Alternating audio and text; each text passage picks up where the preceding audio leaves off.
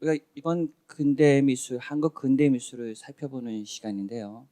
이것은 사실은 오늘의 우리를 있게 한 기원, 근원을 한번 살펴보자는 취지라는 말씀을 초반에 드렸습니다. 무슨 얘기냐면 우리가 미술이라든가 우리들의 삶의 문은 일정한 컨텍스트 속에서 이루어진다는 겁니다. 어떤 맥락이 있다는 겁니다. 근데 우리는 그것을 원래부터 있었었던 것, 선험적이었던 것, 자연스러운 것, 자묘한 것이라고 믿고 있지만 사실은 인간의 삶에서 이루어지는 모든 것들은 결코 애초부터 본원적으로 자리하고 있었던 건 하나도 없다.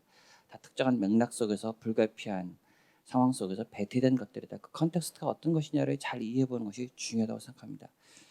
지금 지난 월요일에 무슨 KBS 녹화가 있었는데요. 여러분 시간 되시면 월요일날 저녁 11시 50분은 텔레비를 보라는 시간이 아니라 그냥 TV 최고의 보다라는 프로가 있는데 이번에 서경식 선생의 나의 조선미술 순례라는 책을 가지고 패널들이 셋이 나와서 저도 참여해서 얘기를 나눴었는데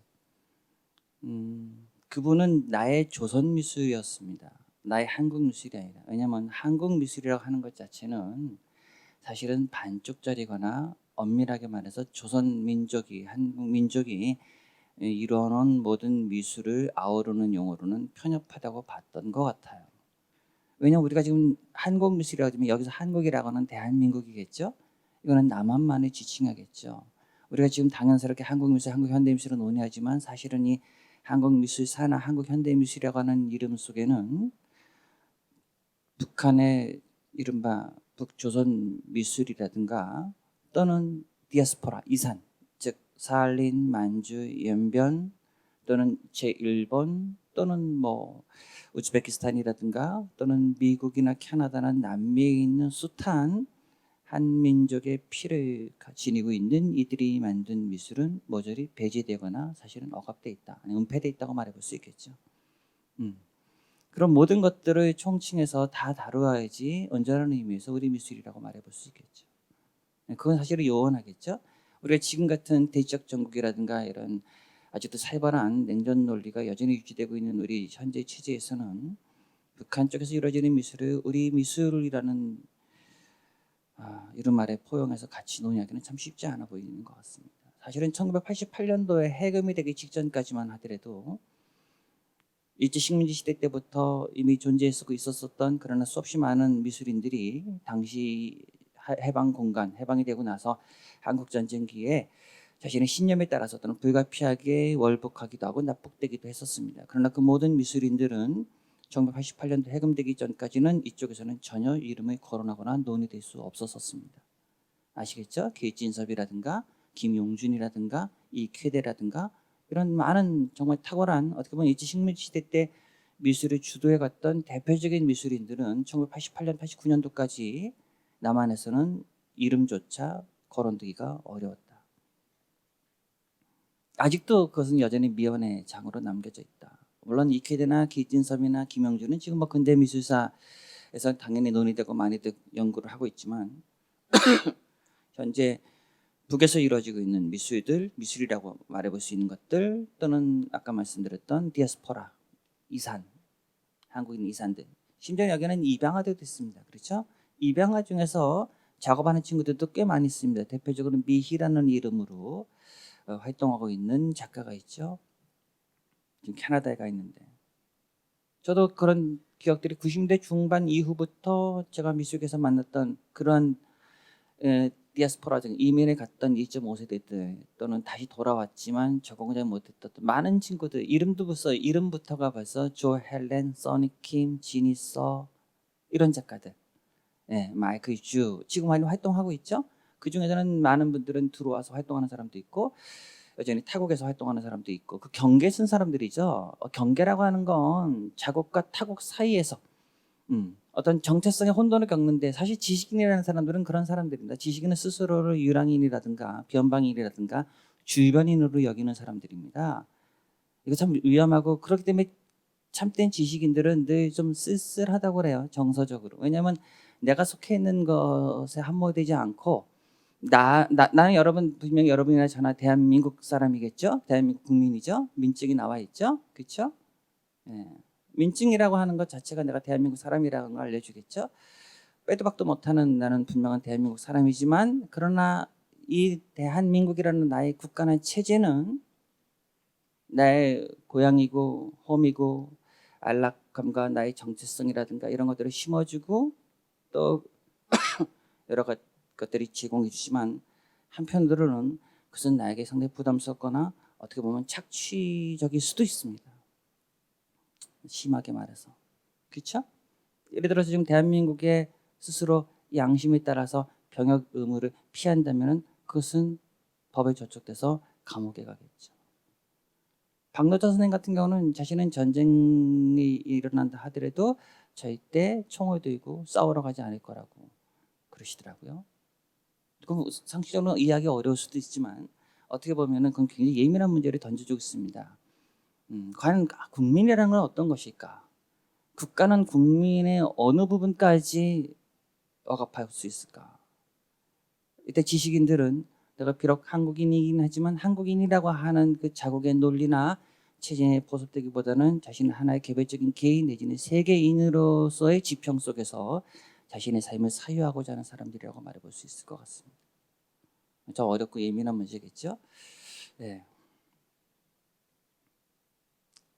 이 제목은 한국 근대미술은 사실은 조선 근대미술이라고 서경치 선생처럼 써야 되지만 그렇게 쓰기는 여러분들이 헷갈리실 것 같아요. 그러면 조선시대 중기미술인가 보다라든가 그럴 수 있을 것 같아요. 한국 근대미술로 하긴 하지만 이 부분에서 간과됐거나 놓쳤던 부분들을 한번 생각해보자는 취지에서 제가 말씀드린 겁니다.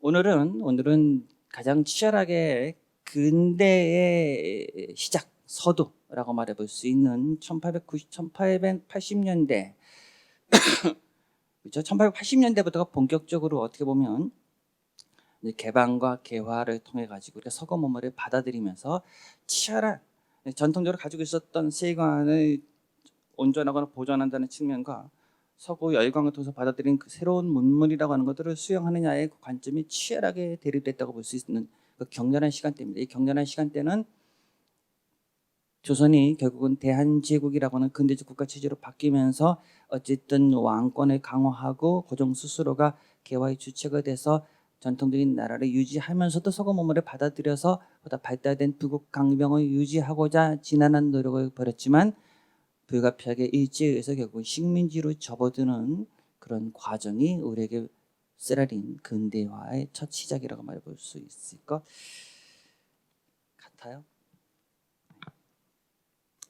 이제 보시는 이 작품은 작품이겠죠. 미술 작품 공예 대한제국기 1897년에 대한제국이 성립되고 난 이후에 대한제국을 상징하는 엠블럼 그러니까 문양들 상징들이 만들어지겠죠. 대한제국이라는 국호와 광호라는 연호를 쓰고 왕은 이제 황제가 됐습니다. 그래서 이제 민비도 비가 아니라 명성황후가 됐죠.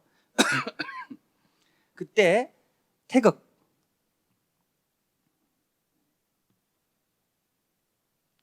태극 문양과 이건 뭘까요? 여기 있네요. 이화문은 이화여대 그 꽃문양이 백꽃인가? 아닙니다. 여기서 말하는 이화는 사실은 오얏리를 말합니다. 오얏리가 이씨 할 때 이자잖아요. 나무 목자와 아들자가 합쳐진 것이죠. 오얏리가 조선 왕조의 사실은 실질적인 꽃입니다. 오얏꽃이 뭘까요? 오얏꽃은 어떤 꽃일까요? 전통 자두를 말합니다. 자도 한문으로는 자도라고 쓰는데 오얏은 전통적인 자두를 우리가 흔히 오얏꽃이라고 합니다. 자두꽃. 오얏꽃이 굉장히 붉은 자두색 짙은 보라에 가까운 색이거든요. 안 보셨으면 할 수 없겠죠. 그래서 이건 태극리라고도 합니다. 태극은 뭘까요? 음과 양이 이렇게 공존해 있는 거 보시면 태극 보십시오. 음과 양이 지금 우리 태극기의 그 태극은 이렇게 단호하게 탁 분절돼 가지고 촥 끊어졌지만 원래 태극이 보면 보시면 알겠지만 이렇게 끝까지 여기까지 파고 들어갔어요. 파고 들어간 거 보세요. 그렇죠? 끝 꼬리 부분까지 파고 들어가서 음과 양이라는 게 계속 교차될 수밖에 없는 순환하는 거니까요. 음과 양이라고 하는 계속 교차되고 순환한다는 것을 아주 잘 보여주고 있는데 사실 원래 이렇게 태극이 돼 있지. 여러분 이게 원래 태극기입니다. 이게 원래 태극기 보시면 여기 보시면 이렇게 더 이렇게 들어와 있는데 이렇게 만들어졌습니다. 왜 오얏꽃을 대한제국은 자신의 상징으로 만들었을까요? 원래 조선왕조실록에 보면 오얏꽃 자체가 뿌리가 깊고 근본이 튼튼한 나무다. 조선왕조를 상징한다. 또 조선은 이씨가 만들어진 나라니까요. 물론 우리가 지금 이씨 조선 이조라는 말은 일제가 만든 폄하하는 말입니다. 그러니까 우리가 이조라는 말은 쓰지 않는 거 아시죠? 이조 아직도 이조백자 하는 분들인데 그건 잘못된 용어인데 식민서관적인 용어입니다. 일본이 조선을 비하해서 한 씨족의 그 국가인 것처럼 폄하하는 단어가 이조니까 이조라는 말은 쓰지 마셔야 되겠지만 어쨌든 조선왕조는 그 오얏리 자두를 하나의 중요한 왕조의 상징으로 여겨 썼던 것을 1897년도에 대한제국이 성립되면서 오얏꽃 자체를 문양으로 만들었다는 겁니다. 그 문양으로 이루어진 작은 소합, 그러니까 작은 그 문갑 같은 겁니다. 이게 모던하죠? 이쁘죠? 예. 이것도 보면 자연적인 그 대바구니 형태를 그대로 실버로 만들었는데 참 단아하고 이쁘장하게 만들어. 여전히 조선 시대의 그러한 기물들이 보여주는 격조 있는 디자인과 자연물에서 취하는 그 감각이 잘 표현하고 있는 조선 제국 대한제국기의 궁에서 썼던 기물들입니다. 당시 이 대한제국기 궁에서 쓰는 물건들을 별도로 이런 공방에서 제작됐었다고 말해볼 수 있습니다. 또 하나 오얏꽃이 왜 아까 붉은색이 자줏빛 약간 짙은 보라냐고 한다면 태극에 청색과 붉은색이 결합되면 붉은 자두 색깔이 나죠. 그래서 태극리라고도 한다는 겁니다. 오얏꽃 자체는 그래서 음과 양이 결합되는 그 상황도 오얏꽃 자체에서 잘 보여주고 있다. 그런 것이 오얏꽃입니다. 그래서 제가 첫 장에 보여드리는 겁니다. 이게 1897년 대한제국기에 전통적인 문양이 됐다. 그래서 이화문이라고 한다. 따라 이화는 여러분 이화는 백꽃 리자 쓰는 이화여야 돼. 백꽃 리자가 아닙니다. 이씨할 때 이하고 꽃화자를 써서 이화문입니다. 아셨죠?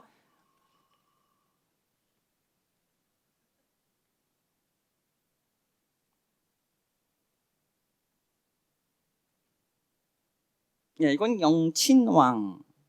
영친왕의 어린 시절의 군복입니다. 애기 군복입니다. 이쁘죠? 여기 이게 오얏꽃이죠?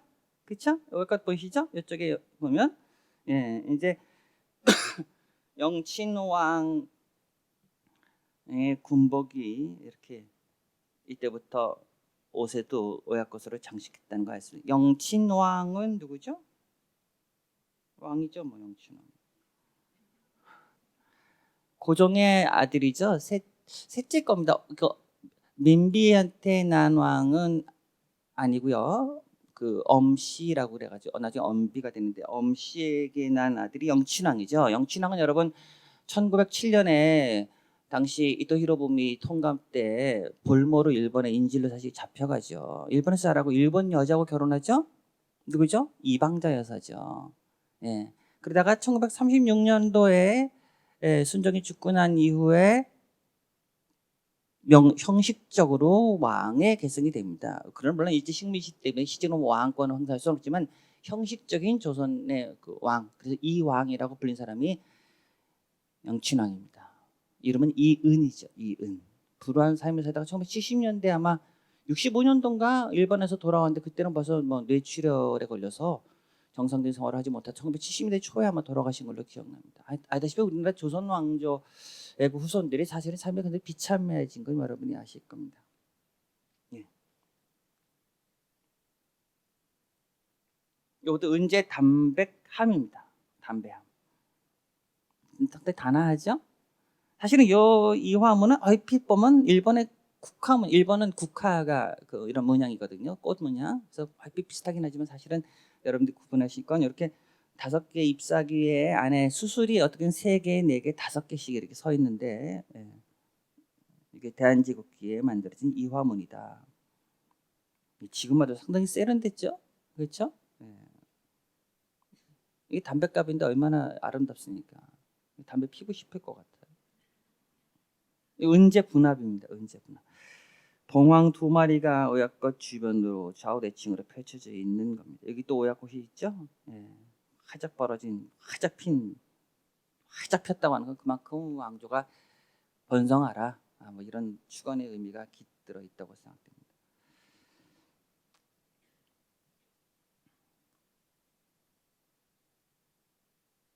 이게 순종일 겁니다. 네. 당시 태극기, 오얏꽃 문양, 이런 것들이 당시 대한제국기에 이런 것도 중요한 미술이라고 볼 수 있겠죠. 시각 이미지라고 볼 수 있겠죠. 그렇죠, 여러분? 달라진 근대기 대한제국기의 문양들의 변화를 통해서 우리는 시각 이미지들이 어떤 식으로 활용되고 있구나를 알 수 있을 것 같습니다. 다시 한번 이제 하나씩 제가 나눠드린 복사를 보시면서 근대 미술을 하나씩 살펴보도록 하겠습니다. 이 시간이 이게 굉장히 좀 구체적인 역사를 다루고 있기 때문에 좀 정확하게 그 역사적 사건들을 짚어가야지 좀 될 것 같아요. 1876년에 우리가 본격적으로 최초로 이제 개항을 합니다. 최초의 조약을 맺죠. 물론 타율적인 일본의 강압에 의해서 맺어진 조약이긴 하지만 국제법에 의해서 만들어진 최초의 조약이 1876년도에 맺어진 조약입니다. 이 맺어진 조약은 흔히 정식 명칭은 조일수호 조약이라고 그러죠. 조일수호 조약. 그러나 우리가 사실은 강화도 조약이라고 많이 불렀을 것 같아요. 또는 그 당시 병자년이었기 때문에 병자수호 조약이라고 불렀는데 1876년에 강화도에서 일본과 최초로 조약을 체결해서 우리가 이제 문호를 개방하기 시작합니다. 물론 이게 굉장히 억압적이고 타율적으로 맺어진 것이지만 최초의 개항이 시작됩니다. 사실 이 1876년도에 이런 개화를 할 수 있었던 것은 1875년도에 일본이 무력으로 함대를 갖고 부산까지 진주했다가 부산에서 강화도로 들어온 배가 있습니다. 그게 운요호라는 배인데 군함인데 이 운요호가 강화도까지 들어와 가지고 초지진 그 강화를 지키는 진지죠. 해군의 당시 수군의 진지죠. 초지진까지 들어와서 조선 병사들이 근접하는 것을 불허하니까 계속 들어와서 어쩔 수 없이 싸움이 붙어서 사실은 뭐 게임도 안 되게 우리가 엄청 당시 조선 수군이 한 36명 정도가 죽고 16명이 포로로 잡히고 그다음에 일본군들이 강화도에 들어와서 온갖 사력과 방화와 약탈을 서슴없이 감행했던 사건이 1875년에 있었습니다. 이 사건의 계기로 일본이 뒤집어 씌워서 조선의 조정을 압박해서 어쩔 수 없이 1876년에 맺어진 조약이 여러분 잘 아시는 강화도 조일수호 조약입니다. 어쨌든 조일수호 조약을 통해서 그 이후부터 어쨌든 우리가 고종이 1907년 때까지 즉위하잖아요. 1907년도까지 물론 통감 정치가 1906년도 시작되긴 하지만 1907년 때까지 그러니까 1876년 강화도 조일수호 조약에서 1907년 때까지는 고종이 어쨌든 가능하면 개방을 통해서 선진적인 국가가 되고 북강동을 이루면서 그러나 한편으로는 전통적인 우리 조선 동양의 문화를 유지하는 시스템 그리고 왕권을 계속 강화될 수 있는 그 지점을 모색했던 시간대라고 말해볼 수 있을 것 같습니다. 그 시간대. 그러나 한편으로는 그 시간대는 철저하게 서구 중심의 세계 자본주의 시스템으로 우리가 편입될 수밖에 없었던 구조다. 일련의 사건들이 여러분 1894년도에 갑오개혁이 일어나고요. 1895년도에는 의매개혁도 일어나고요. 1896년도가 유명한 광무개혁이 일어납니다. 이런 일련의 개혁을 통해서 대한제국이라는 국호가 나오고 임금 스스로가 황제라고 칭하고 그다음에 우리가 쓰고 있는 지금 양력 1월 1일로 양력도 나오고 그다음에 또 뭐가 나오죠? 단발령도 나오고요. 소학교령도 나오고 학교가 만들어지고 이런 오늘날 우리를 있게 하는 대단히 다양한 근대적인 변화 체제들이 이 당시에 다 일어납니다. 특히 단발령 같은 것들은 뭐 너무 유명하죠. 옛날 저 시골에 있는 할아버지들은 뭐 제때 목은 잘라도 상투는 자를 수 없다고 완강히 저항하시고 뭐 안 자른 분들도 계셨지만 사실 그건 단지 머리 스타일의 문제가 아니라 이거는 상투라고 하는 것 자체가 상징하는 의미가 너무 강하기 때문에 그렇습니다. 상투는 알다시피 결혼한 남자들이 틀어 올리는 머리입니다. 결혼하기 전에는 남자나 여자는 머리를 다 따죠. 그렇죠? 물론 딴 머리를 여자들은 헝겊이나 천에 붙여서 구분하지만 전통적으로는 남자나 여자나 머리를 따고 지내다가 결혼하면 남자는 틀어 올려서 상투를 짓고 여자들은 그것을 쪽을 짓죠. 쪽을 짓고 비녀를 꽂죠. 이것은 결혼했다. 또 스스로 하나의 성인이다라고 하는 걸 보여주는 징표입니다. 상투는 여러분 보면 상투가 있으면 하투도 있겠죠. 하투는 뭘까요? 하투는 실제 고추 성게입니다. 상투는 가짜 성게입니다. 고추를 이렇게 올린 겁니다. 세웠다는 얘기입니다. 아침부터 좀 음란해 보이지만 고추를 세웠다는 겁니다. 즉 비로소 결혼해서 자신의 성기로 가족을 이룬다 이런 당당한 표현이 상투입니다. 상투는 그러니까 함부로 내놓으면 안 되겠죠? 그렇잖아요? 어떻게 돼야 돼요? 갓으로 보호돼야 되겠죠. 그 갓을 쓰는 겁니다. 갓은 여러분 상투를 보여준과 동시에 보호하는 독특한 모자입니다. 이 기가 막힌 모자입니다. 상투를 틀고 갓을 딱 쓰면 그 시커먼 흑립갓이 예? 그 반지반지하게 윤희하는 그 갓의 시커먼 갓은 흰색의 옷과 극명한 대비를 이루면서 근엄한 선비의 정신을 표상함과 동시에 갓 안에 있는 상투를 은은하게 투영시켜 줍니다. 이제 베일링 효과를 준다는 얘기입니다. 그러니까 상투를 함부로 자르면 안 되겠죠? 여자는 쪼그지지. 쪼그는 뭘까요? 여성의 성기를 은유하는 겁니다. 비녀를 꽂았다고 하는 건 결혼했다는 얘기입니다. 성관계를 맺었다는 얘기입니다. 가끔 요새 젊은 처녀들이 막대기나 젓가락 같은 걸로 여러 개의 비녀를 꽂고 다니는데 여러 개 꽂고 다니는 건 대단히 이상하게 해석될 수 있지 않을까라는 생각이 듭니다. 그것이 상투기 때문에 당시 우리가 여러분 단순하게 그 거치장스러운 머리 자르고 단발나가면 좋지라고 하지만 꼭 그렇지만은 않았다는 걸 아셔야 됩니다. 그렇지 않겠어요? 상투는 그냥 틀어올린 머리 스타일이 아니기 때문에 그렇습니다. 그러니까 이런 게 하나가 얼마나 많이 부딪히겠습니까? 생각해 보세요. 우리가 상상도 할 수 없는 머리부터 의복까지, 의복도 마찬가지겠죠. 다 양복을 입거나, 예. 양력도 말도 안 되죠. 지금 우리가 다시 여전히 서세죠? 그럼요. 이 당시에 양력 1월 1일이 당시에 먹혔었겠어요. 쉽지 않았을 것 같아요. 그런 일련의 시도들이 이루어졌던 때다. 어쨌든 갑오개혁, 1890년 갑오개혁에 따라서 어쨌든 이런 당시의 일련의 근대 정책에 따라서 우리가 이제 과거제도 철폐됐고요. 신분제도 철폐됐어요. 신분제가 철폐됐다고 하는 건 굉장히 중요한 사건이죠. 전통사회는 알다시피 철저한 신분제 사회입니다. 신분제 사회라고 하는 건 자신의 운명을 자신이 스스로 개척하거나 개진해 나간다기보다는 이미 운명은 선언적으로 규정되고 정해진 거예요. 그렇죠? 그렇잖아요? 양반의 자제로 태어났다라든가 서자 출신이라든가 이거 다 정해진 겁니다. 따로 용을 쓸 수가 없었죠. 여러분 홍길동 보세요. 홍길동은 어떤 계급이죠? 서자잖아요. 서자. 첩의 아들이잖아요. 서출이라고 그러는데 첩의 아들들은 양반으로 과거에 등용될 수 있어요? 없어요? 없죠. 관직에 나갈 수 없죠. 서자 출신들은, 서출들은. 그러니까 길동이가 집을 떠나서 딴 살림을 차리지 않습니까? 그 당시로 보면 굉장히 어마어마한 소설입니다. 여러분 홍길동전이라고 하는 것들은 체제에 대해서 신랄한 비난을 퍼붓죠. 여러분 서출 출신들은 그 관직에 등용될 수 없기 때문에 재주가 많은 이 출신들은 그림 그리거나 시 짓거나 문장을 하는데 생애를 보내는 사람도 많습니다. 어차피 벼슬아치로 나가지 못할 바에는. 대표적으로 신숙주의 서출 출신이 누구냐면 해원 신윤복입니다. 여러분 신윤복 집안은 신숙주는 여러분 조선 초기에 유명한 그 사대 법문인이기도 하고 뭐 관리죠. 물론 이 사람은 이제 단종 폐위에 동조하고 세조의 편에 들어서 나중에는 욕을 먹기도 하지만 어쨌든 당대 세종 때는 집현전의 대표적인 학자가 신숙주 아닙니까?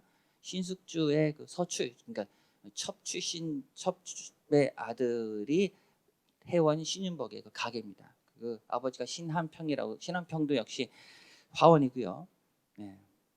그 숙부도 화원이고 증조부도 신세담이라는 분도 화원입니다. 또 역관도 했었죠. 서출 출신 할 수 있는 거는 중인 계급이기 때문에 역관이라든가 의관이라든가 화원을 할 수밖에 없다. 어쨌든 신분제가 날아가 버린다는 건 엄청난 사건들입니다. 신분제는 이제 결국은 자신의 삶을 자신의 의지에 따라서 개진해 나가고 성취해 나간다. 이게 사실은 자본주의나 근대에 태동된 거죠. 그렇죠? 서구 사회도 근대 이전에 다 신분제 사회였고 그러나 근대라고 하는 것은 각자 스스로 자신의 삶의 운명을 책임진다. 내가 원하는 삶을 살아간다. 그때 서구에서 나오는 예술적인 장르는 뭘까요? 바로 소설입니다. 로망입니다. 소설입니다. 소설은 한 개인이 삶의 기원이 되는 근대에 들어와서 각자 개별적인 개인들은 어떤 삶을 살까라고 하는 것들을 보여주는 중요한 장르가 소설입니다. 그래서 소설은 근대를 보여주는 상징적인 장르라고 말해볼 수 있습니다. 우리가 소설을 왜 읽나요? 소설은 저마다 나와 비슷한 한 개인들의 삶이 우여곡절을 겪어 나가거나 예, 신나는 삶의 운명들을 개척해 나가는 존재들 우리가 이해할 수 있는 거 아닐까요? 그 다음에 또 우리는 대한제국에는 이제 보통 국민, 물론 조선 왕조 시대 때도 조선 왕조의 신민이라는 이름으로 되었지만 근대는 이제 우리를 단일한 민족 국가, 왕 또는 통치자 그리고 우리는 국민이라고 하는 이 결속 개념, 공동체 개념에 더 확고하게 심어줍니다. 근대는 근대 국가, 근대 국민이라고 하는 시스템으로 만들어지는 겁니다. 우리 국민은 여러분 만들어진 겁니다. 사실은 국가라는 것도 그렇고 국민이라는 개념도 사실은 하나의 만들어진 개념이라고 말해볼 수 있습니다. 근데 국가가 되기 위해서는 국민이 필요하죠. 그 국민을 양성해야 되겠죠. 여러분이나 저나 다 전에 말씀드렸던 국민으로 양성되거나 훈육된 결과들입니다. 그렇죠? 국민학교 나왔잖아요. 지금 물론 초등학교지만 국민학교입니다. 국민학교라는 건 얼마나 의미심장합니까? 국민을 만드는 학교입니다. 예, 우리 국민이 됐어요. 모국어를 익히고 집단적인 기억을 공유했다고 말씀드렸죠. 그것이 국사라고 말씀드렸죠. 그렇죠. 공통된 기억이 있어야 삶을 같이 살아갈 거 아니겠어요? 각자 서로 다른 개별적인 기억을 갖고 있다면 살 수 있겠어요? 공유된 기억이 있어야 삶을 살겠죠. 따라서 우리는 철저하게 모국어와 국사를 익히고 이때 나오는 상이 단군상이 나옵니다. 단군이 하나의 지금 우리가 보는 모자, 빵떡 모자 같은 거 이렇게 쓰시고 수염이 이렇게 길고 돋보 있고 의자에 앉아 계시는 단군상은 이때 최초로 등장합니다, 여러분.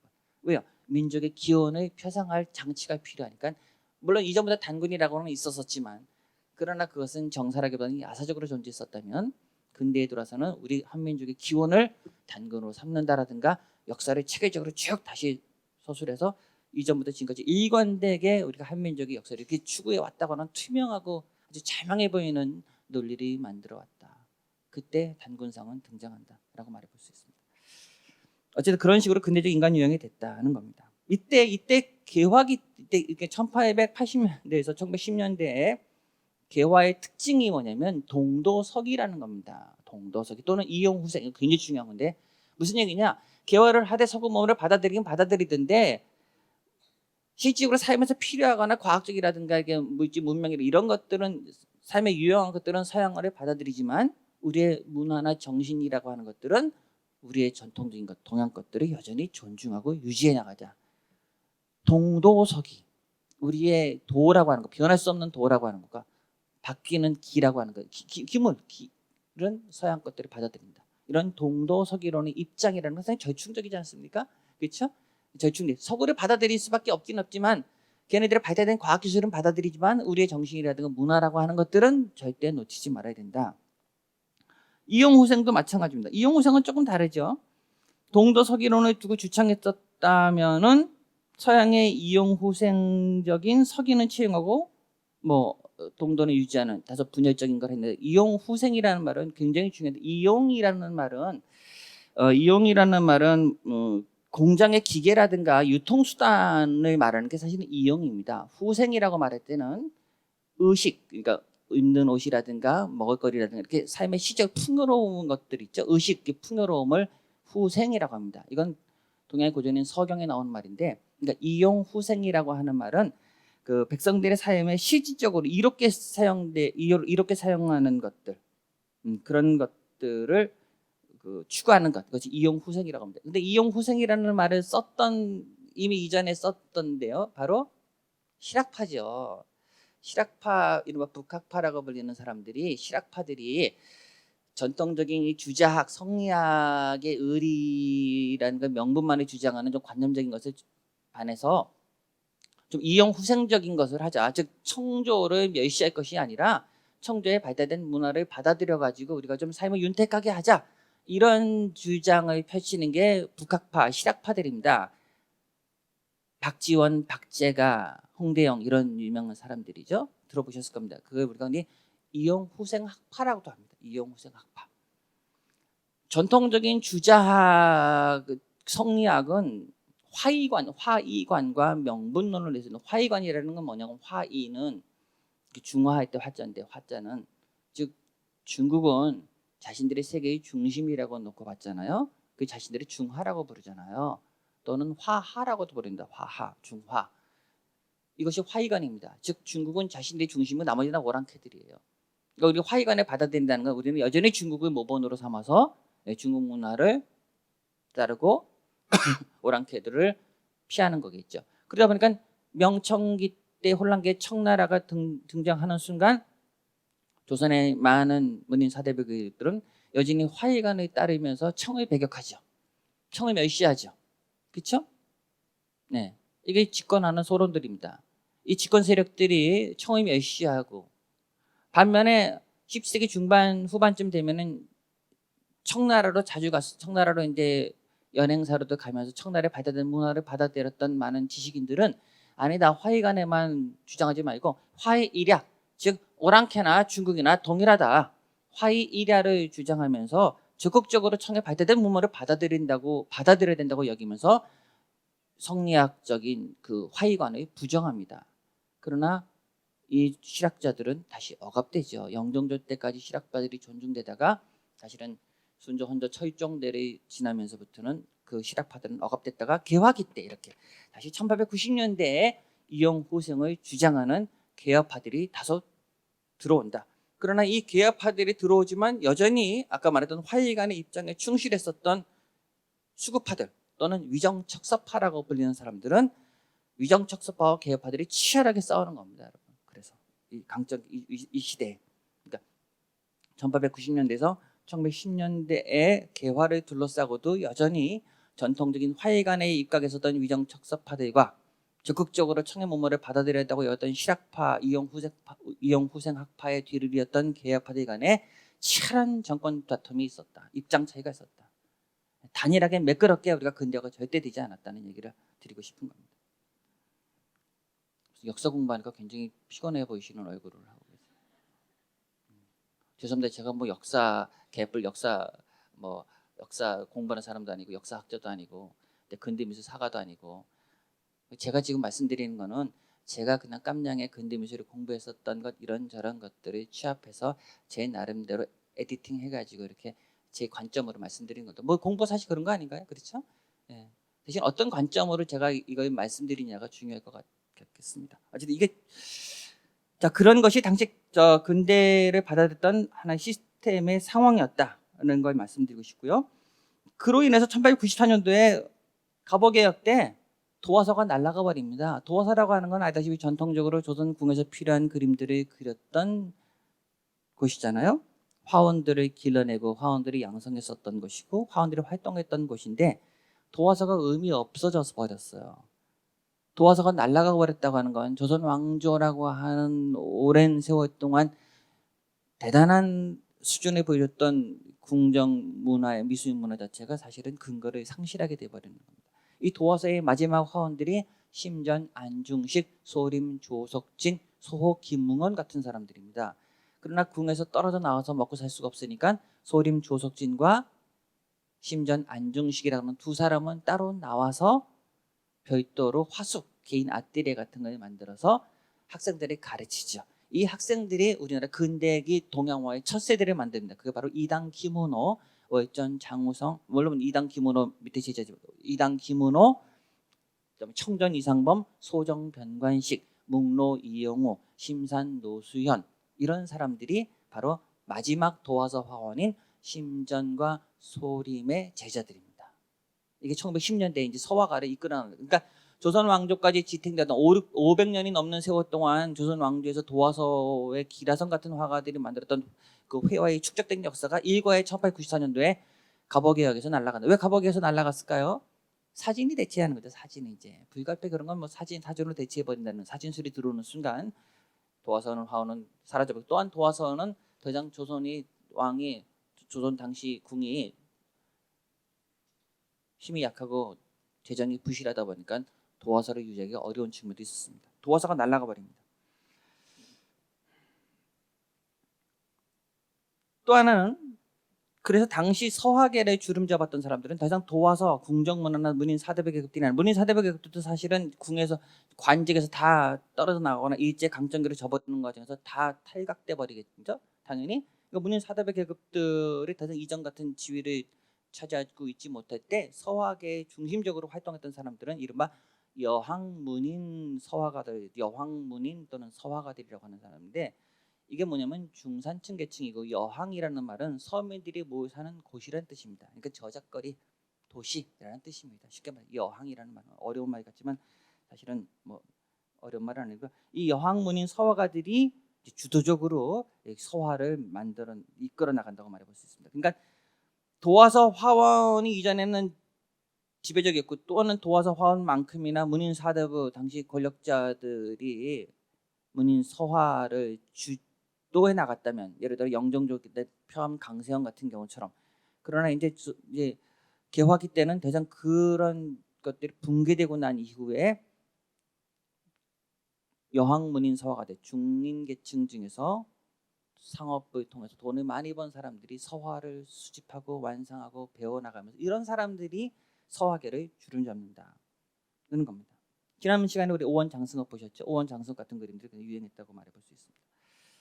그래서 여기 보시면 오원의 제자인 오원 장승업이겠죠. 안중신과 조석진 또 치용신 이런 사람들이 당대의 대표적인 서화가로서 활동하게 된다는 겁니다.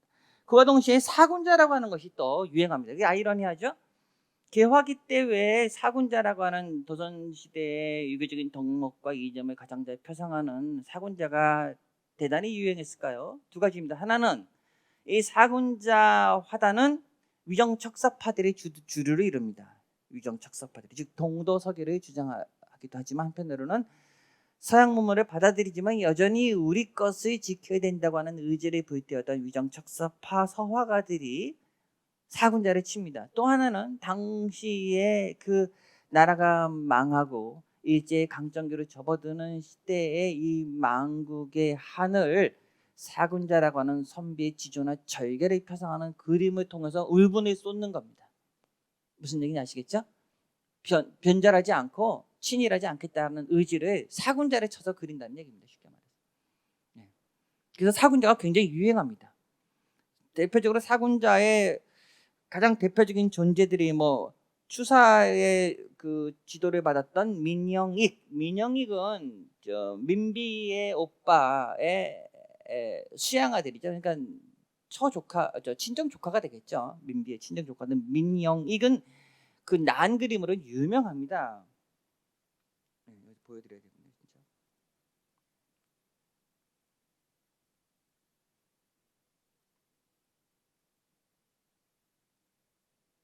이렇게 사군자가 많이 그려졌습니다, 여러분.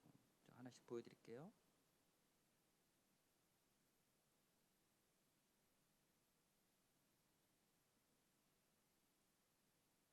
민영익 그림입니다. 민영익 좋죠? 네, 민영익 난 참 좋은 것 같아요. 민영익 난이 너무 요새 옥션에도 자주 나오는데 가격대가 꽤 나가죠. 뭐 사군자라도 작은 거라도 500 정도는 5, 600은 충분히 하는 건 물론 5, 600 비싸죠. 그러나 뭐 민영익 500, 600, 1000 좋은 것 같아요. 민영익 난이 유명합니다. 난이 정말 자기 이게 뭉툭하게 탁 끊어내는 이런 게 이 사람의 특유의 운미란이라고 그러는데 쫙 끌고 갔다가 탁 끝 부분을 뭉툭하게 이렇게 뭉툭하게 하는 특징이 있습니다. 운미란.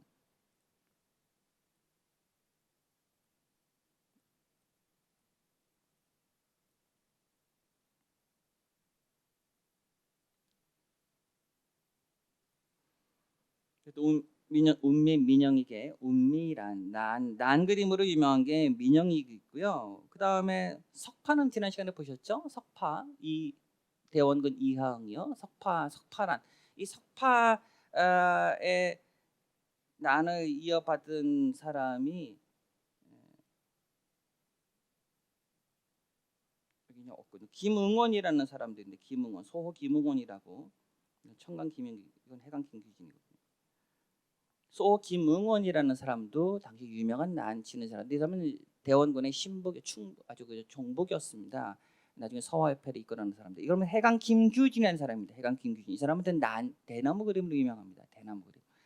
해강 김규진이라는 사람은 당시 궁에서의 관리였는데 그림과 관련된 일도 했었고 도화서화는 아니었지만 그리고 영친왕이 1907년도에 일본으로 이제 볼모로 가기 전까지 왕사 그러니까는 왕자의 스승으로서 서법에 가르쳤습니다. 그 글씨 쓰거나 그림 그리는 걸 가르쳤던 사람이 해강 김규진입니다. 그러니까 영친왕의 스승이었기도 하고 민비랑도 굉장히 절친했다고 여겨지죠. 그러다가 나중에 일본에 가서 사진술을 배워와서 우리나라 최초로 천연당 사진관이라는 걸 만든 사람이 해강 김규진입니다. 이 사람의 아들이 김영기라고 하는 청강 김영기라고 하는 유명한 동양화가가 또 있습니다. 이 사람이 그 아들입니다. 해강 김규진의 아들이 바로 청강 김영기라고 동양밀사라는 책도 짓고요. 당시 청나라 때 가서 유학도 갔다 온 사람이 이 해강 김규진의 아들입니다. 어쨌든 해강 김규진, 청강 김영기는 뭐 그 이후지만 이런 일련의 사군자를 그리는 많은 문인화 같은 사군자가 당시에 굉장히 유행했다. 사군자가 유행했던 이유는 제가 아까 말씀드렸었죠. 외세에 맞선 자수의 표현이거나 또는 고전을 계승하는 그런 입장으로서 다소 형식주의고 보수적이긴 하지만 이런 사군자 그림이 많아졌다. 그러나 한편으로 이런 사군자 그림이 많아지다 보니까 이것이 통속화되거나 상업화되는 경향으로 갈 수밖에 없었다. 그 다음에 매우 중요한 사건이 이 당시 개화기 때 가장 의미심장한 사건 중에 하나가 바로 뭐냐면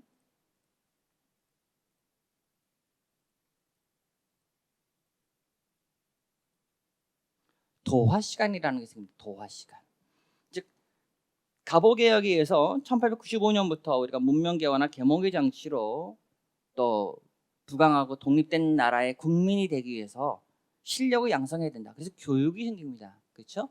이것은 문명을 퇴치하고 문명을 받아들여서 발달된 선진 근대 국가의 국민으로 양성하기 위한 제도적 장치가 우리가 학교라고 말해볼 수 있는데 이 학교에 여러 가지 학문을 가르치긴 하지만 이 도화라고 하는 그림을 그리는 것을 가르치는 것이 중요해졌다는 겁니다.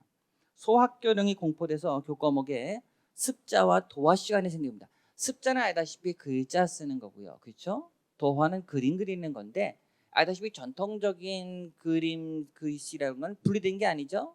서화가 일치됐잖아요. 서화 동원이라고 가지고 옛날에 또 사군자도 치고 글씨도 쓰고 글씨 쓰고 그림 그리고 이런 것들이 당연했는데 소학교령이 생기면서 도화 시간이 생기고 습자와 도화로 나눠졌다고 하는 건 글씨와 그림을 분리시켰다. 우리가 이제 소학교가 생기면서 학생들이 학교에 가서 습자 시간과 도화 시간을 하게 되면서 서화가 붙었던 것이 떨어져 나가는 체험을 하게 되고 그림과 글씨는 별개의 것으로 취급됐다는 얘기입니다.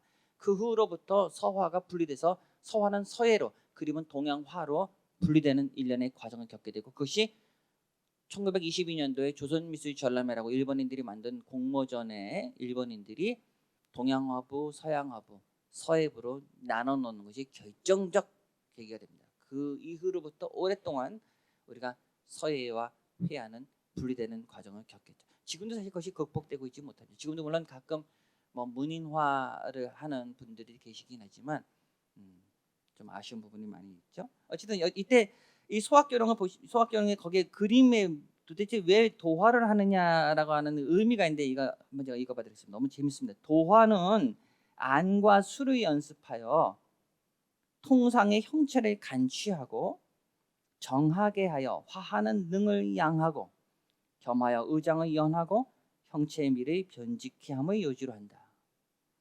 뭔 소리인지 모르실 수도 있겠습니다만 한참 해보면 그러니까 쉽게 말해서 그림이라고 하는 건 눈하고 손을 이렇게 습득시켜 가지고 눈에 보이는 대로 사물의 외관을 정확하게 그려내는 걸 한다. 또 의장이라고 하는 건 색깔과 형체를 지니고는 사물의 외현을 그려내는 걸 말하는 거거든요. 대상을 의장을 연하고 형체의 미를 변직케 한다. 형체의 미의 그 구분된 거를 인지하게 한다. 이런 얘기입니다. 그 옆에 그림은 아무 것이나 눈에 보이는 대로 그리는 것. 무지막지한 용어긴 하지만 미술을 당시 이렇게 정했습니다. 눈에 보이는 대로 아무 것이나 보이는 대로 그리는 겁니다. 무서운 말이라고 생각합니다. 아무 것이나 중요합니다. 이전에 그림이라고 하는 건 산수화나 사군자나 이렇게 항목이 규정되어 있습니다. 그렇죠. 아무 것이나 그린다는 건 존재한 적이 없습니다. 눈에 보이는 모든 걸 그렸었나요? 옛날에? 아니죠.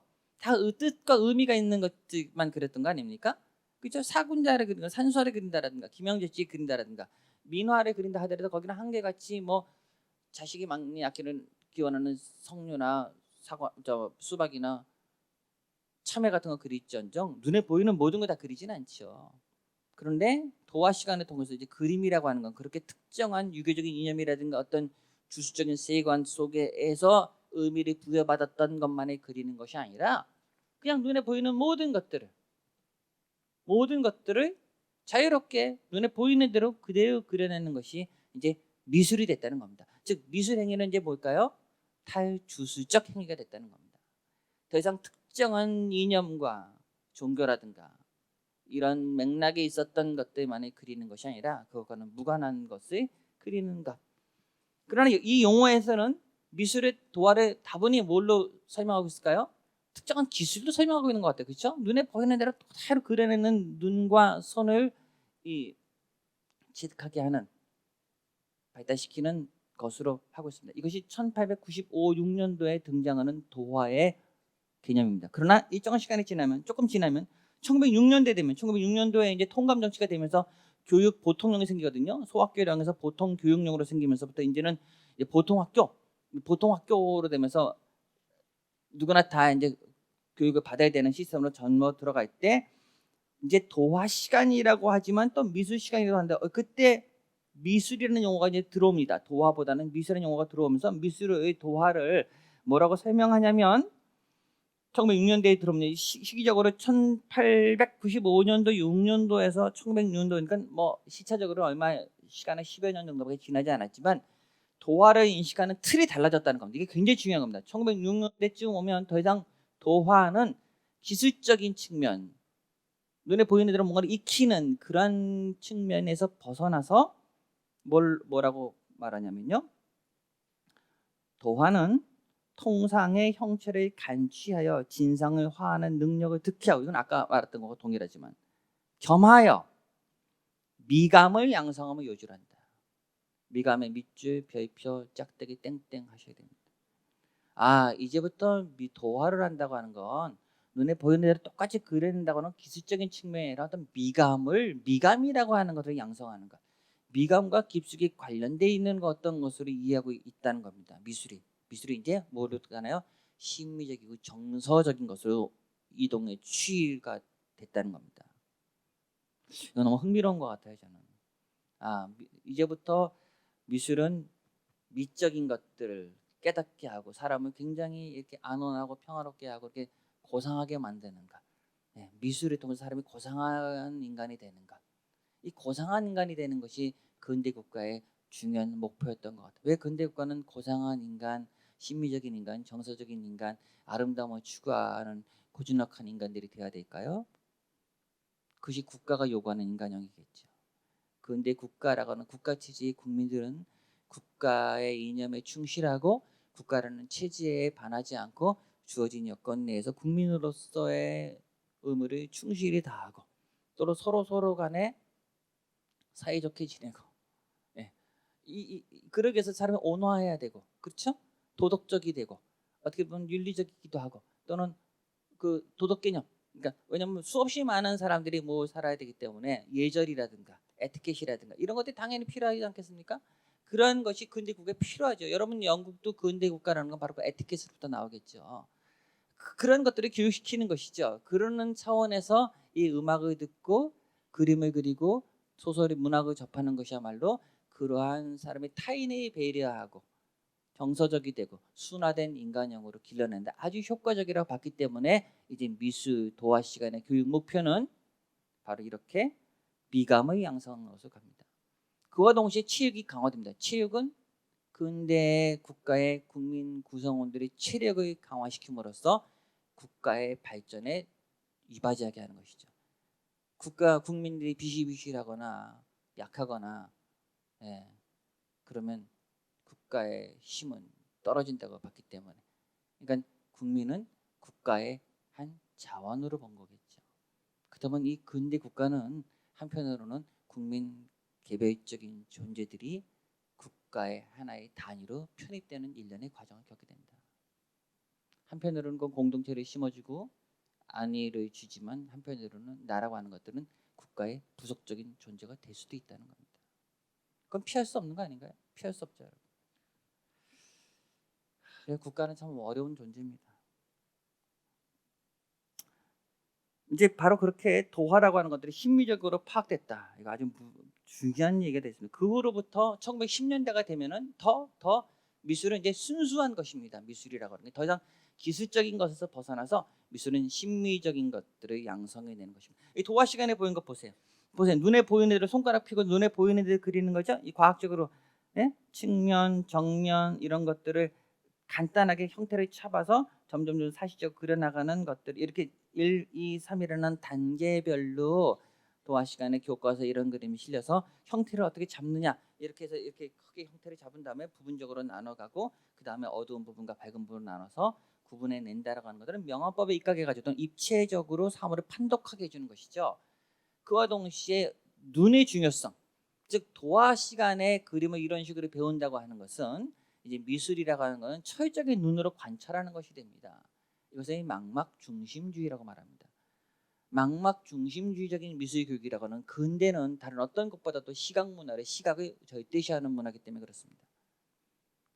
사실 그림을 그린다고 하는 건 전통사회에서 우리 그림이라고 하는 건 마음으로 그린다고 말씀드렸잖아요. 그래서 특정 대상이 드러나지만 여기 남종화라든가 남종문화라는 말이 있는데 남종화라고 하는 건 다 사이적인 걸 그린다고 말하고 사이라고 하는 건 대상을 통해서 받아들인 자신의 느낌을 그리는 거거든요. 물론 이게 참 어려운 거긴 하지만 그렇죠?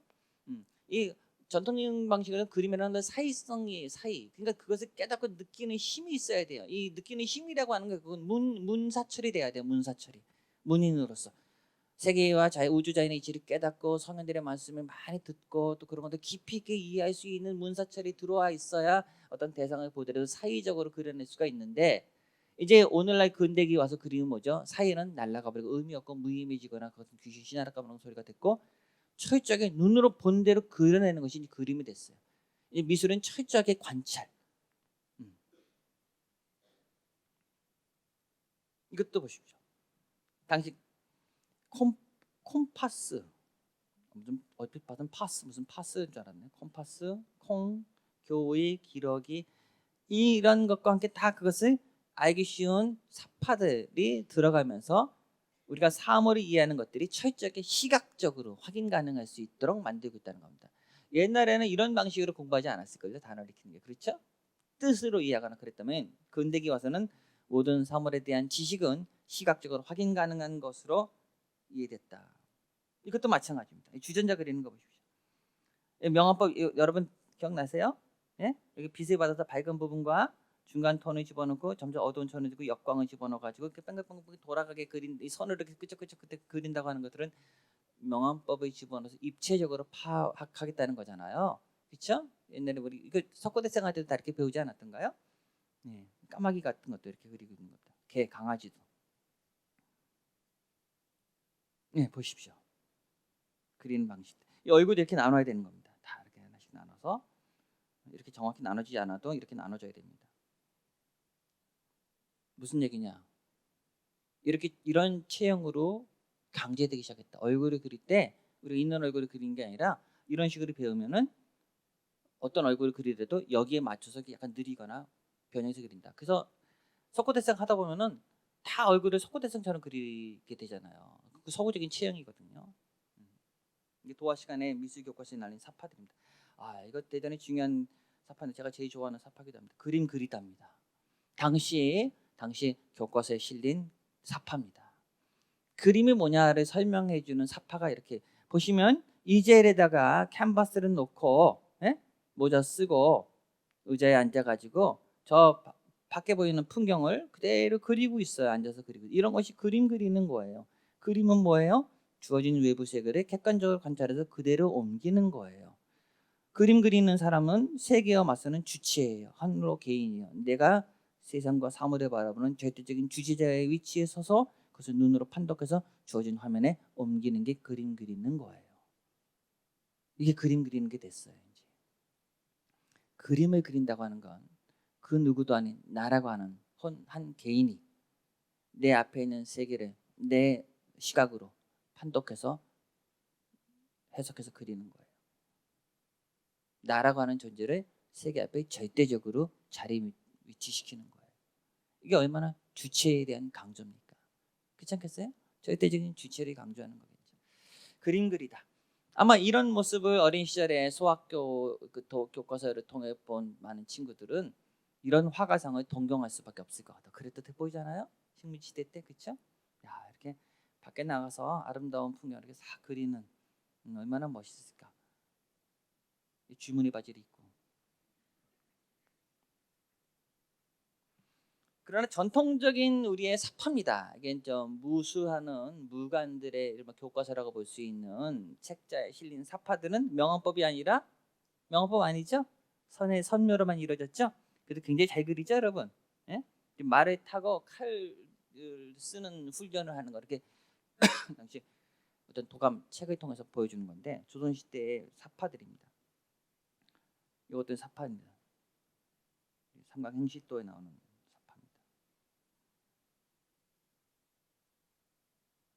신봉사 그 사파 당시 사파 명언법에 입각하지 않았던 그 당시 사파를 보여주는 거 조선시대 사파들입니다. 이것도 마찬가지입니다. 이거는 뭐 삼강행시도에 나오는 건데 부모님들 몸이 아프셔서 추운 겨울인데 부모님 잉어를 먹고 싶다고 그래요.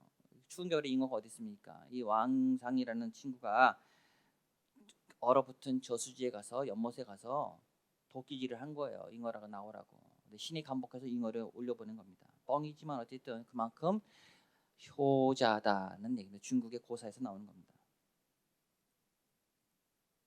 이것도 여러분 이것도 유명한 고사인데 며느리가 시아버지가 먹을 게 없어서 굶어 죽어 가시니까 워낙 기근이 있었을 때 자신의 젖으로 부양한다는 얘기입니다. 이걸 어떻게 이해할 수 있을까요? 효부의 극치일까요? 변태일까요? 며느리가 그 일을 잘 씹을 수 없고 기력이 약해서 또 그럴 때 자신의 젖을 흘려 넣어서 시아버지를 공양했다. 이런 사파입니다. 어쨌든 이것이 근대기 전에 사파들이다라고 말씀드립니다. 어쨌든 이 교과서에 실린 사파는 전통 사회의 이미지들은 무척 다르죠, 그렇죠? 이런 식으로 그림자로 이해하고 있다고 하는 것, 평면에 입체화시키고 있다고 하는 것, 눈에 보이는 대로 그린다고 하는 것, 망막을 절대적으로 중시한다고 하는 것. 그림 그리는 것은 시각이 우선되지 무슨 관념이니 뭐 문사처리 이런 것은 별 의미가 없었다는 얘기입니다. 이 도화 시간을 통해서 우리는 비로소 오랜 세월 동안 500년 이상이나 되는 오랜 시간 동안 동양 문화권에서 또는 조선에서 이 서화를 이해했었던 기본적인 틀 자체가 깨진다.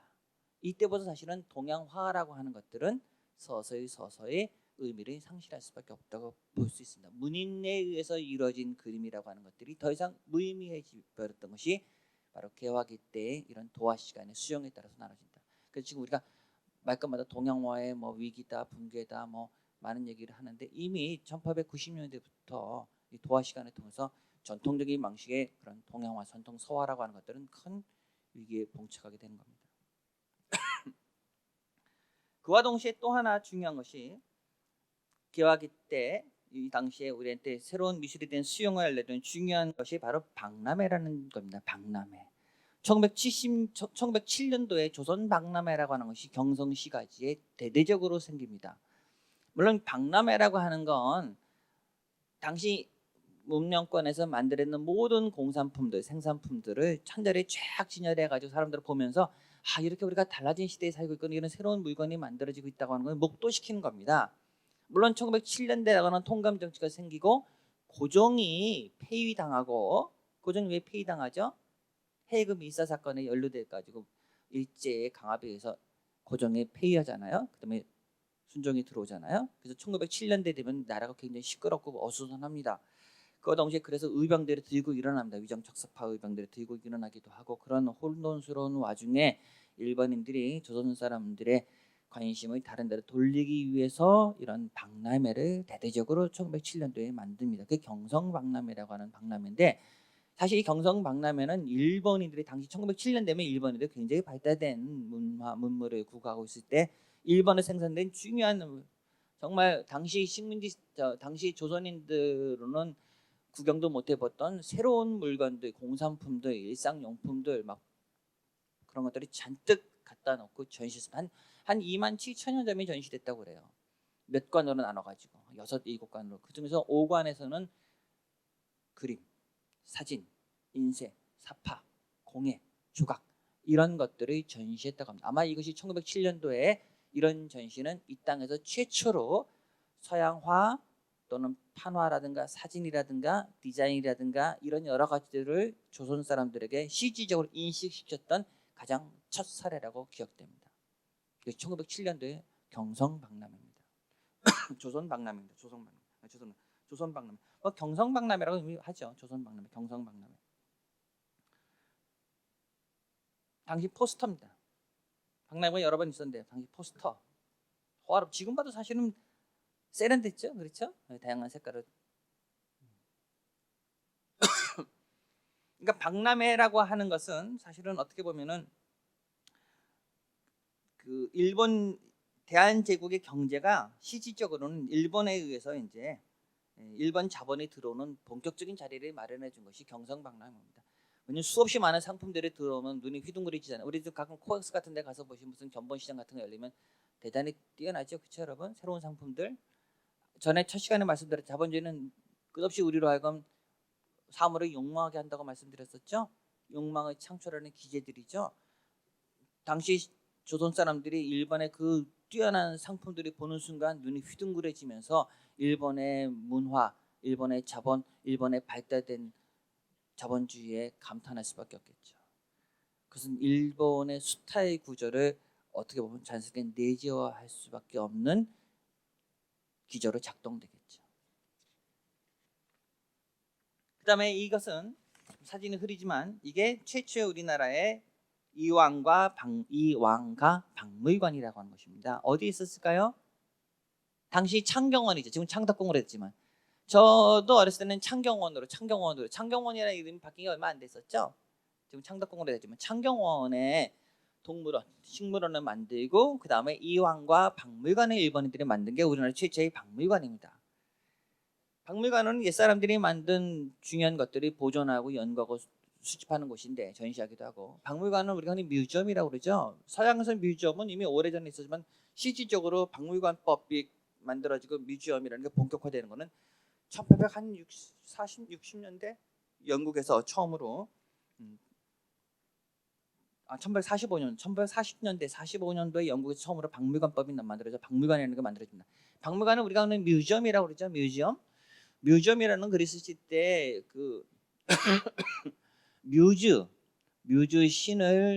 신에게 갖다 바치는 중요한 어떤 기물들을 모아놓은 창고가 뮤제이온이었어요. 뮤즈 신에게 바치는 중요한 기물들을 소장하는 창고가 뮤제이온인데 그 뮤제이온이 뮤지엄으로 된 겁니다. 그러니까 뮤지엄은 뮤즈 또는 뮤제이온에서부터 연원한다. 뭐 쉽게 말해서는 원래 우리가 뮤지엄은 박물관이나 미술관의 이름을 짓는데 흔히 박물관은 전통사회 때까지의 오래된 유물들을, 역사적인 유물들, 가치 있는 것들을 소장하고 보존하고 연구하는 것을 흔히 박물관이라고 말하고요.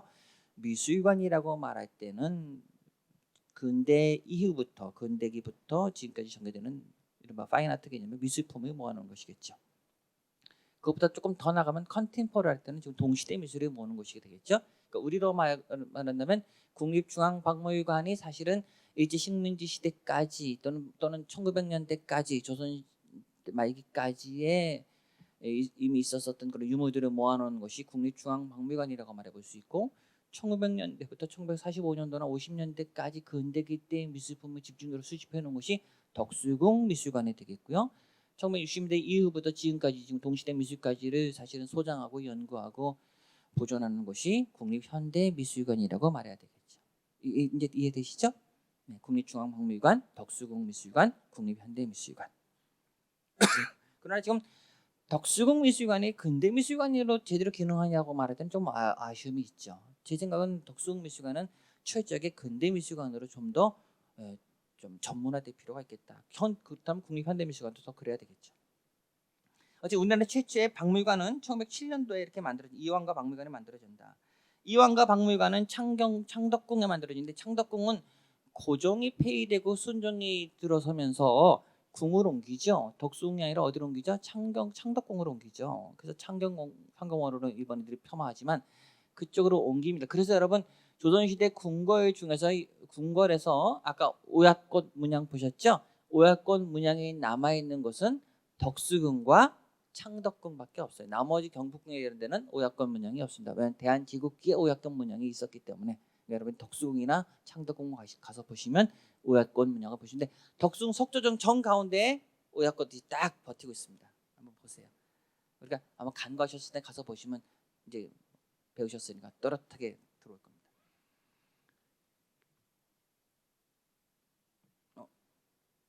죄송합니다.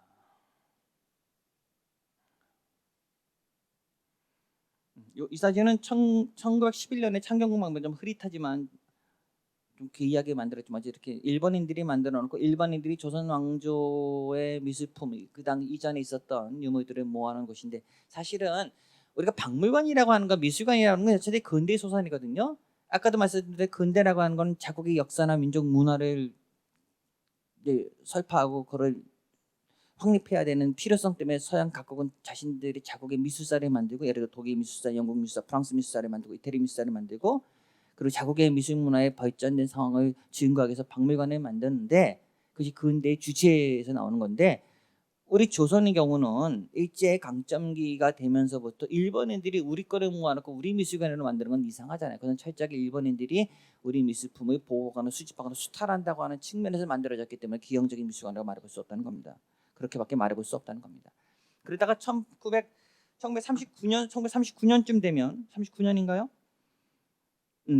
이영가 방문에 38년까지 1939년 되면 덕수궁 석조전에 만든 석조전은 일본인들이 자기네 미술품 지금 덕수궁 석조전은요 일본인들이 그게 1900 몇 년대 만들어졌는데 그 당시에 일본인들이 자신들의 일본 미술을 보여주기 위해서 만든 것이 덕수궁 석조전입니다. 그러니까 조선 사람들이 거기에 대해서 많이 항의를 하다 보니까 불만이 많다 보니까 일본인들이 석조전 옆에 지금 우리가 덕수궁 옆 그 미술관으로 쓰는 그것을 만들어서 거기에 조선 미술을 보여주기 시작하면서부터 그게 이제 이완과 박물관을 대신해서 이완과 미술관이 됩니다. 이완과 미술관으로 되는 것이 바로 석조전 옆에 있는 건물입니다. 어쨌든 박물관이나 미술관이 생겼다고 하는 것은 물론 비록 일본의 이런 식민지 지배를 내면화시키는 그런 장소도 됐지만 미술이 어떤 것이 미술이라고 하는 것들을 확인시키고 그렇죠? 미술품이 이런 거다라고 하는 것들을 인식시키는 교육의 장으로 작동했다라고 하는 것만큼 사실인 것 같아요.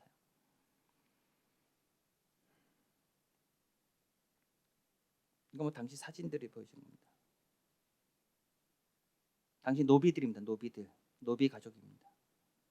당시 사진은 빨리.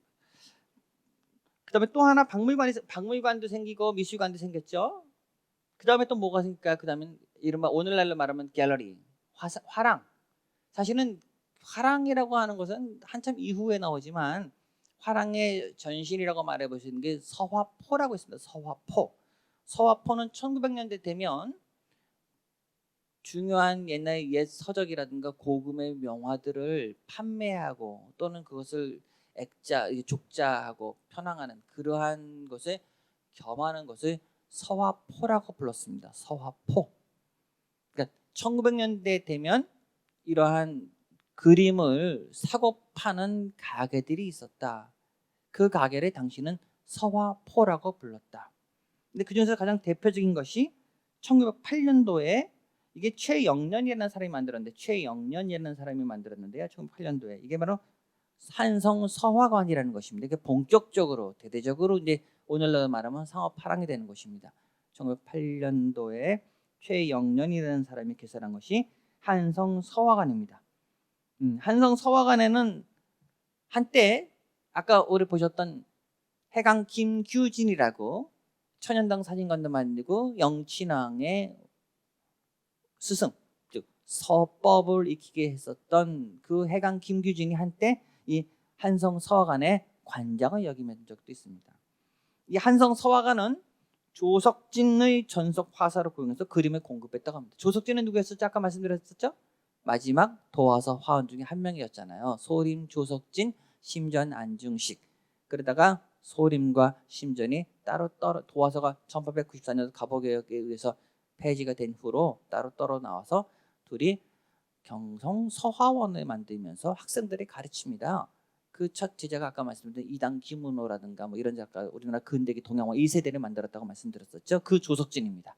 이 조석진과 심전 안정식이 사실은 이 당시 1890년대에서 1910년대 20년대에 우리나라 화단의 가장 뭐랄까 그 우두머리 그 어른들이죠. 어른들.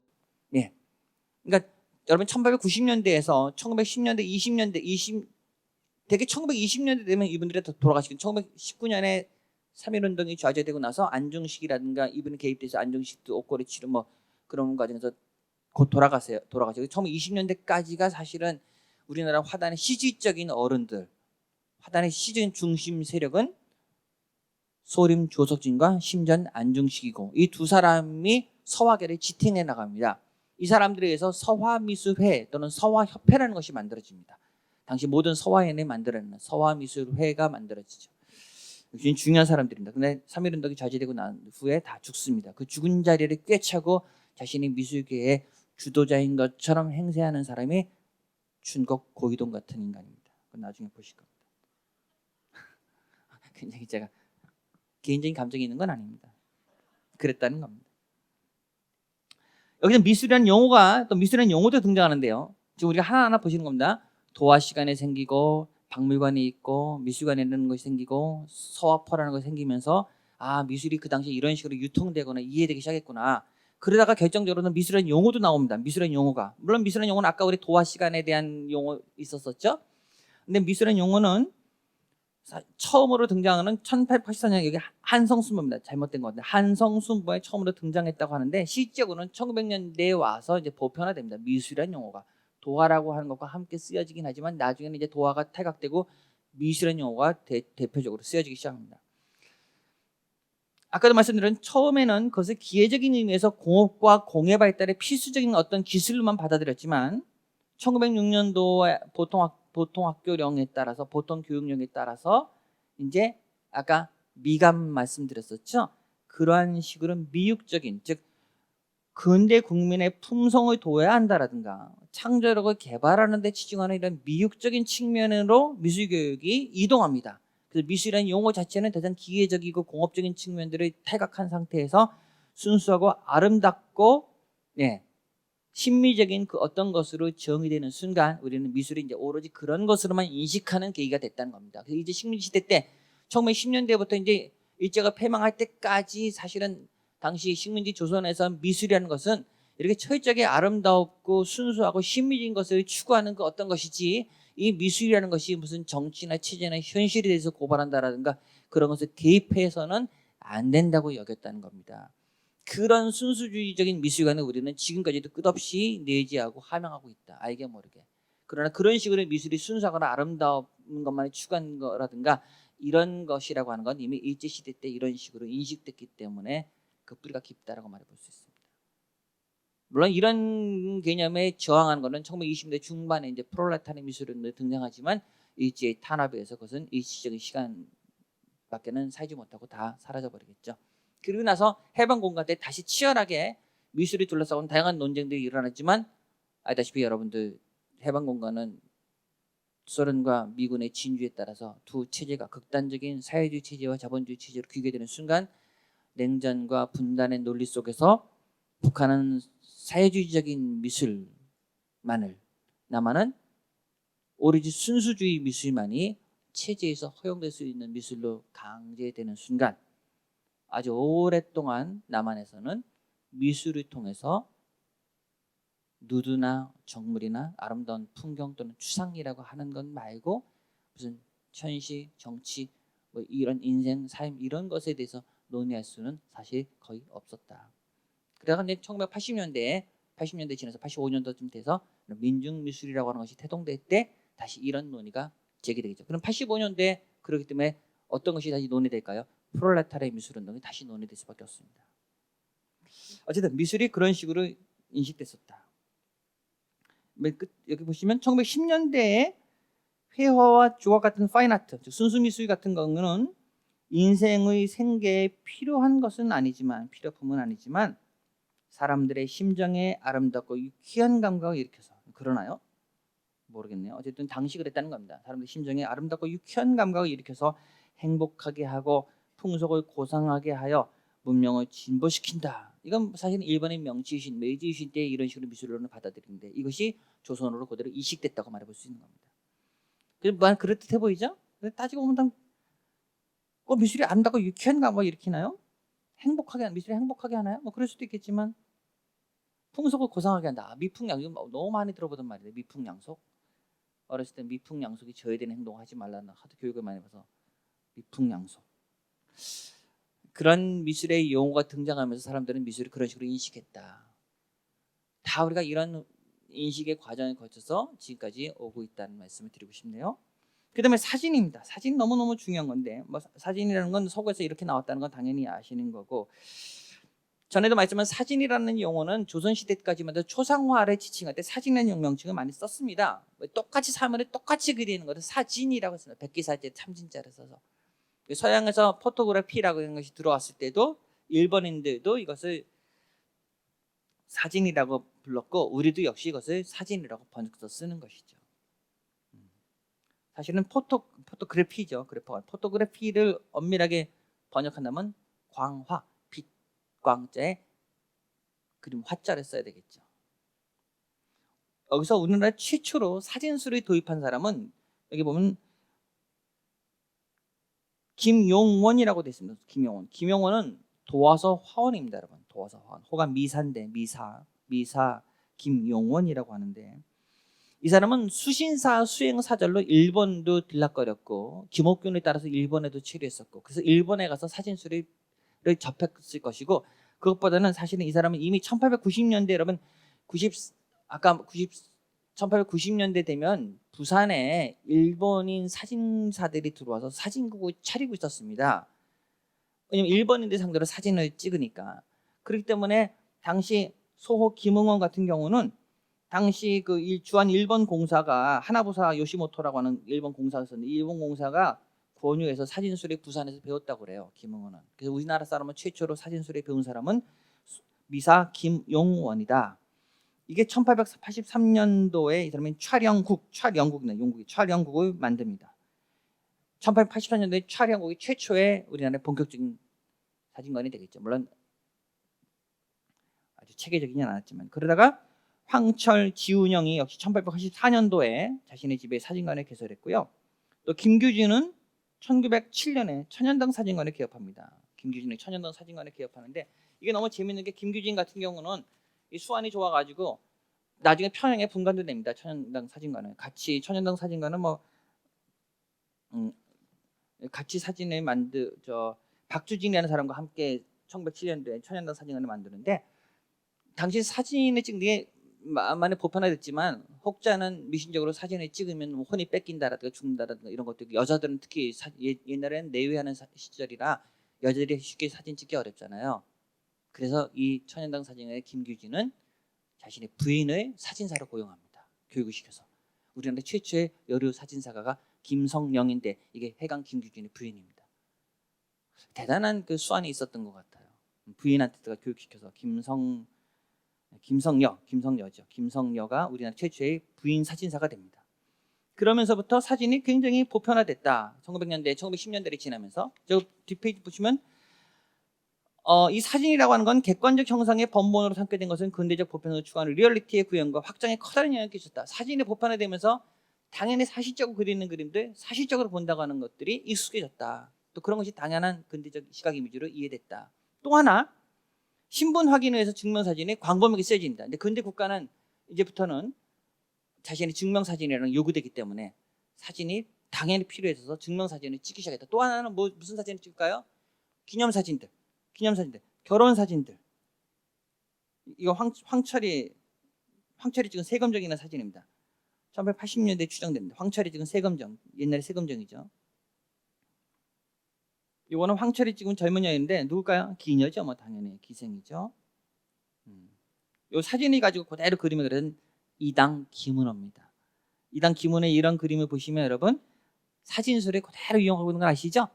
이제 그림은 그리는데도 사진을 엄청나게 활용하고 있다. 특히나 똑같이 그린 이게 순종인데, 순종 황제 어진이죠, 초상인데. 이거 이당 김은호가 그린 건데 보시면 알겠지만 옛날에는 종이의 뒷면에다가 알다시피 유탄이라는 건 버드나무 가지를 태운 거를 유탄이라고 합니다. 근데 목탄이라고 하죠. 유탄으로 스케치를 한 겁니다. 여기 스케치 했죠? 그렇죠? 스케치를 한 다음에 얼굴부터 그린 건데 얼굴은 어떻게 그리죠? 배체 기법이라고 그래가지고 뒷면에서 물감을 밀어내가지고 압으로 배어 나오게 해가지고 자연스럽게 채색을 시술하는 법을 배체법이라고 합니다. 밀어내기라고 그러죠. 얼굴부터 먼저 그렸죠? 그 다음에 나머지는 내 탈색을 입히겠죠. 근데 얼굴 보시면 알겠지만 이단 김은호가 당시에 얼마나 그림을 잘 그렸는지를 알 수 있습니다. 좀 미안한 말이지만 순종은 좀 모자라 보이는 것 같기도 하고. 네, 잘 그렸죠? 이단 김은호는 천재적인 것 같아요. 그러니까 특별한 교육이 없었는데도 심전과 소림의 문화생으로 들어가고, 그다음에 인천 출신인데 측량 기사도 하고 뭐 그 서점에서 필사하는 일도 하고 허드렛 일을 했었어요. 너무 찢어지게 가난하다가. 그러다가 인사동에서 그 서점에서 필사 일을 하는데 그 옆에서 우연히 보던 어떤 사람이 너 글 잘 쓴다. 지금 마치 심전하고 소림 선생님이 젊은 서화가 애들을 가르친다고 그러는데 거기 가서 좀 가봐라. 거기 학비도 안 받고 공짜로 가르쳐 준대더라. 그래서 거기 간 겁니다. 그래서 거기서 한 6개월 정도 밑에서 일을 하다가 너무 잘 그리니까 이 순종 어진을 그릴 때 같이 들어가서 임금의 어진이 그리는 명예를 얻죠. 근데 너무너무 잘 그리잖아요. 그건 타고나는 거죠. 다만 이 단계는 보고 똑같이 그리는 기가 막힌 솜씨를 발휘했던 게 이런 그림은 이제 사진 수리 때문에 사진을 참조해서 그리는 거죠. 이것도 전형적으로 사진을 참조해서 그리는 그림입니다. 민영휘의 초상인데 이건 전통적 방식의 초상화는 게임이 안 되죠. 다르죠. 완전히 다르죠. 사진이 보편화되고 그림도 역시 그림이 이런 영향을 끼친다. 오늘날도 마찬가지로 오늘날 여러분 젊은 세대들의 그림은 제가 보는 팝이니 뭐 극사시적인 그림들은 이전에 팝적이라는 극사시 그림은 다릅니다. 오늘날은 다 디지털로 찍은 영상 이미지를 참조해서 그리기 때문에 다 그런 픽셀 이미지화된 느낌으로 그려주고 있다고 생각합니다. 여전히 오늘날은 이전에도 마찬가지겠죠. 근대 그때 그림은 이런 식으로 사진의 영향에 따라서 그림이 사진 같은 그림으로 바뀌고 있다. 또 하나 증명사진을 활용해서 혼담 상대로 사진이 많이 이용됐다. 혼담 사진은 사진을 가지고 서로 중매하는 사람이 소개받아가지고 사진 보고 결정하는 거 아니겠어요? 도박이겠지만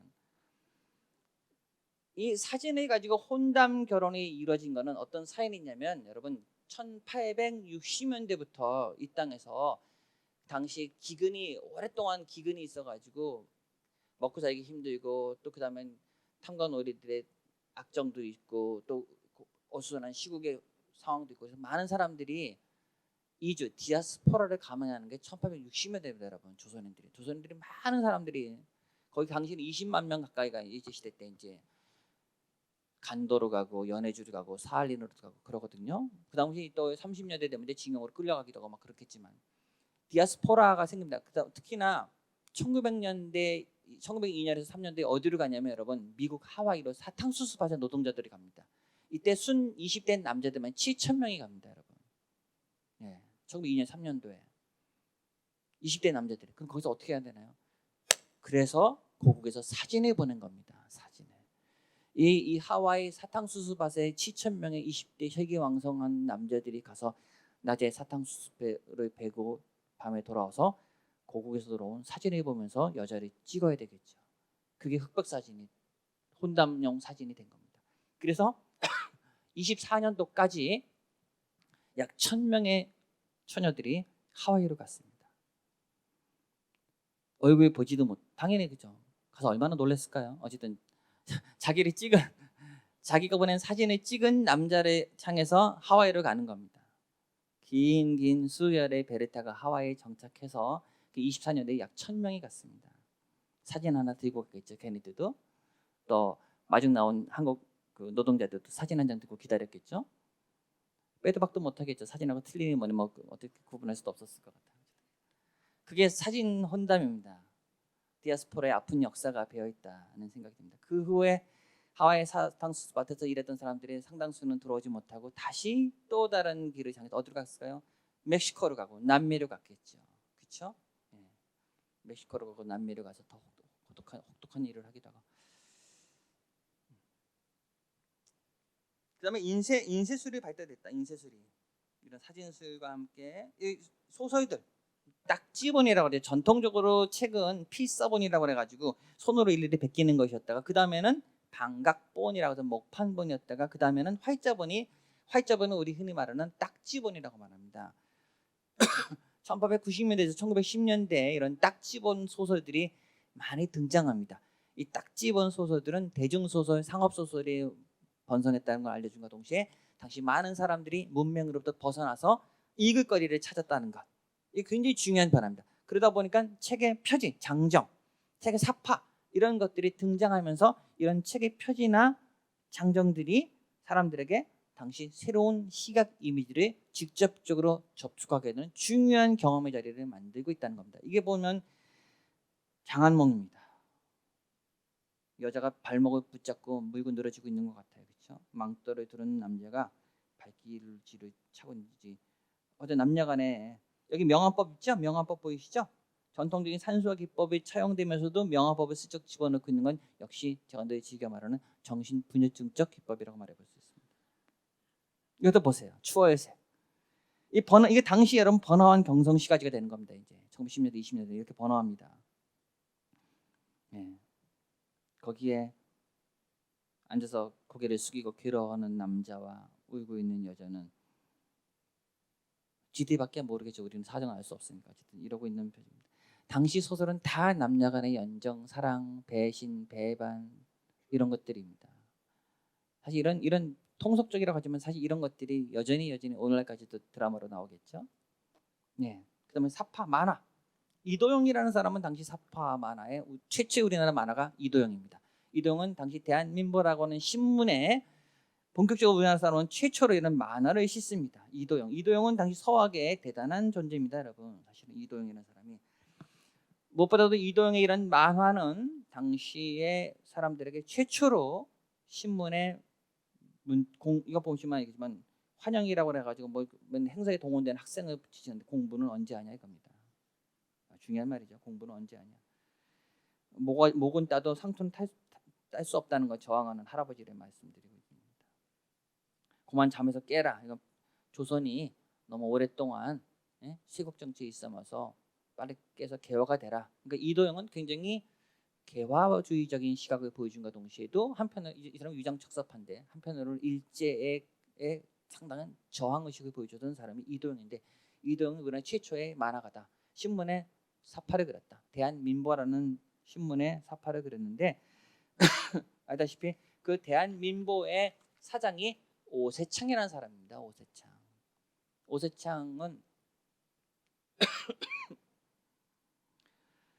오세창이라는 사람은 역관의 자제고 근대기 때 가장 중요한 서화가죠. 근역 서화징이라고 하는 우리나라 최초의 우리나라의 고대부터 내렸던 서화가들이 모아놓은 그 인물을 쓴 평전을 쓴 사람이 오세창인데 오세창이 사장이 있을 때 이 사람이 일본에 가서 이 신문 만화 이런 거 접했기 때문에 이도영으로 하여금 제가 신문사 사장일 때 이 신문에 이런 만화를 그리게 했던 것 같아요. 물론 신문사는 1908년에 1909년에 망했지만 1년 동안 이도영은 쟁쟁한 사파를 그렸다. 네, 이것도 보십시오. 이도영의 시사 만화. 배우 창국. 보시면 알겠지만 왜 우리나라 저 산으로 가도 뻑국 그 노래 있잖아요. 그거 보세요. 이 산으로 가면 뻑국을 복국 나라를 구하자는 이름으로 스쳐 돌린 겁니다. 이 산으로 가면 뻑국 저 산으로 가면 복국 하고 있는 저 오타 얼씨구 하고 있는 겁니다. 이 만화 참 대단하죠? 그렇죠? 나라를 구하자는 걸 이게 노래 있잖아요. 그 노래를 빌어서 하고 있는 뛰어난 만화가입니다. 이도영이라는 만화는 이 사람은 나중에 서화협회를 주동해 나가는 중요한 인물인데 역시 이도영이 죽고 난 다음에 그 자리에 아까 말했던 고이동이 들어서면서 서화협회를 말아먹었다라고 말해볼 수 있습니다. 네, 벌써 시간이 다 됐는데 이거 빨리 오늘 슈버트 보스라고 당시 미국산에 와서 그림 민상호의 그림을 그리는데 이게 우리나라 사람이 처음으로 접했던 유화일 겁니다. 대단한 잘 그린 그림이죠, 뭐. 네, 이것도 맹견도를 알려주고 김홍도 그림을 알려주면 사실 김홍도 그림은 아니고 서양화 기법을 받아들여서 그렸던 그림으로 당시 그림인데 추정하고 있습니다. 이것도 역시 그런 서양화 기법이 당시 서화가들의 그림에 스며들고 있는 한 자취를 보여주고 있습니다. 이제 바야흐로 서양화는 아직 우리나라 서양화가는 없었지만 미국인들이 와서 그렸거나 또는 이런 서양화 기법들이 전통적인 그림에 스며드는 몇몇 사례들이 있었다. 이제 다음 연도 1920년도부터는 본격적으로 미술이라는 이런 용어에 또 시적인 미술인들이 등장하고 미술계가 만들어진다. 본격적으로 미술이라고 하는 문화행위가 실질적으로 전개되는 시간대는 1920년대다. 1910년대까지를 거친 이후에 1920년대에 들어와서 비로소 본격적인 미술계가 태동된다. 그 미술계는 어떻게 이루어졌고 어떤 사람들이 주도해 나갔으며 어떤 생각으로 미술을 받아들이고 어떤 작업들을 펼쳤는지는 다음 시간에 살펴보도록 하겠습니다. 감사합니다.